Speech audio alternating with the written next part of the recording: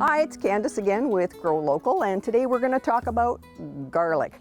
This is mine. I probably planted it in September or October of last year, so it should be ready in July. It's not quite ready yet. We are in the middle of January, but we've got this wonderful sunshine that decided to come out and visit today. But I'm going to show you what you're looking for and how to do this anyway. So here's my garlic. It's a hardneck. And hardnecks get what are called scapes. And if I can find one, here's one. It's just starting to grow here. Now these are actually just the flower buds on a long stem. And what you want to do is wait until they grow and they'll curl once or twice, and that's when you can cut them off.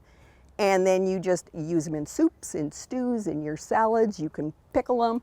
They're absolutely wonderful. Here's one that has curled. And that's what you're looking for. And they really do. They are a lovely, lovely garlic taste, you guys. When you go to harvest your garlic, you've cut the scape off so that hopefully that plant has put more energy into creating a really big bulb. You're going to look, and you're going to look for the bottom 3 or 4 leaves to have turned brown and crisped up. Some people will tell you that you want to get the bottom 2/3, but I kind of counted the leaves, and 3 or 4 leaves is about 2/3 of the plant on these ones. And what you want to do is you want to be gentle, because you've got each of those leaves that died off represents a paper wrapper around your garlic bulb, and you don't want to break them.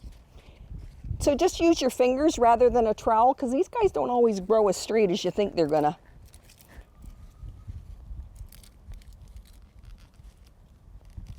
And it's tough in here. And there we go. So this, for me, is probably just a small one. Give it another couple weeks and it would probably get a lot larger. And like I said, you're going to have the papery wrappings around. That hasn't even really cloved up for me a whole lot. So I'm thinking I'm probably a good 2-3 weeks away from getting these. Now, when you've taken it out, you're going to want to cure it. And by doing that, again, it depends on who you talk to. Some people will tell you to leave it in the sun. Some people tell you to leave it in the shade. Me, I take it like this, and I have some plastic trays from the garden center, and I just turfed everything behind me. So I've got some plastic trays. I just put this on, and it's against a wall, and it gets morning sun, and then the rest of the day it's in the shade. But primarily you want really good air circulation. When this is all dried off and browned up, then you're going to cut this part off, and you can wipe off with a toothbrush maybe some of the soil, and you can trim the leaves off. Now this is the hardneck one, and I did these last year, and because of the flower scape, that's where you get the hard neck from. And they will tell you probably to chop it off. You want a longer stem on it so that the moisture doesn't leave the bulbs. The ones that I cut off really short, they've started to go soft on me. The ones that I left this long or longer, they're still really nice and firm, and I can still use them. But you cut it off, take off some of the loose papers, trim your roots up really well. If you can use a toothbrush to try to clean it off a little bit better. But the one thing you don't want to do is wash them, okay? Don't get them wet, then they're just going to rot on you, okay? And then once you have, 2 things we're going to talk about. Once you've got all your garlic out of the bed, what do? Well, don't waste your space. You can grow something like a broccoli or asperbrock, like what I've got here.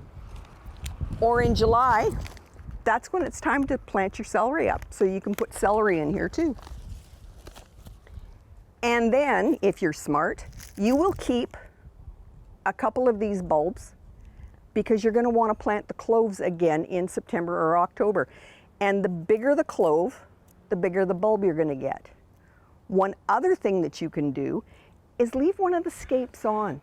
Let it go to flower, and it's going to get all these lovely little bulbils on the end of it. You're going to have all these little teeny tiny mini garlics.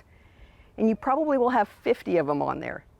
The trick for those is you get a pot that's about, they say 12 inches deep is better. Sometimes you can only find them 6 inches deep. But you're going to take those little bulbs and you're going to plant them 1 inch deep and about 2 inches apart from, lovely dog, he's okay. So you're going to take those little bulbils and you'll put them in the soil, 1 inch deep, 2 inches apart. And then what you're going to do is you're going to sink them in the garden with your regular garlic cloves if you've potted them up, or planted them up rather. And the reason you do that is because you don't want them to freeze over the winter.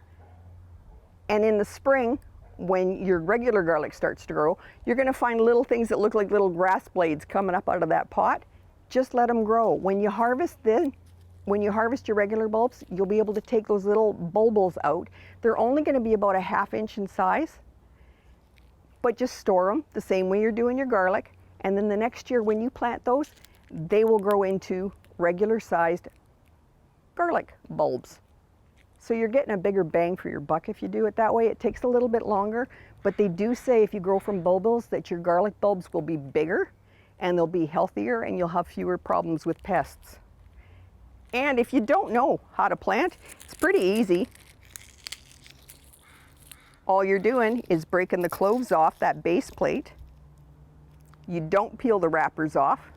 You're going to make a hole about 4 inches deep so that when you put that garlic clove in there, it's covered by 1 to 2 inches of soil, and you're done. But you're not going to do that until September or October. This is going in my dinner pot tonight. And that's it for garlic.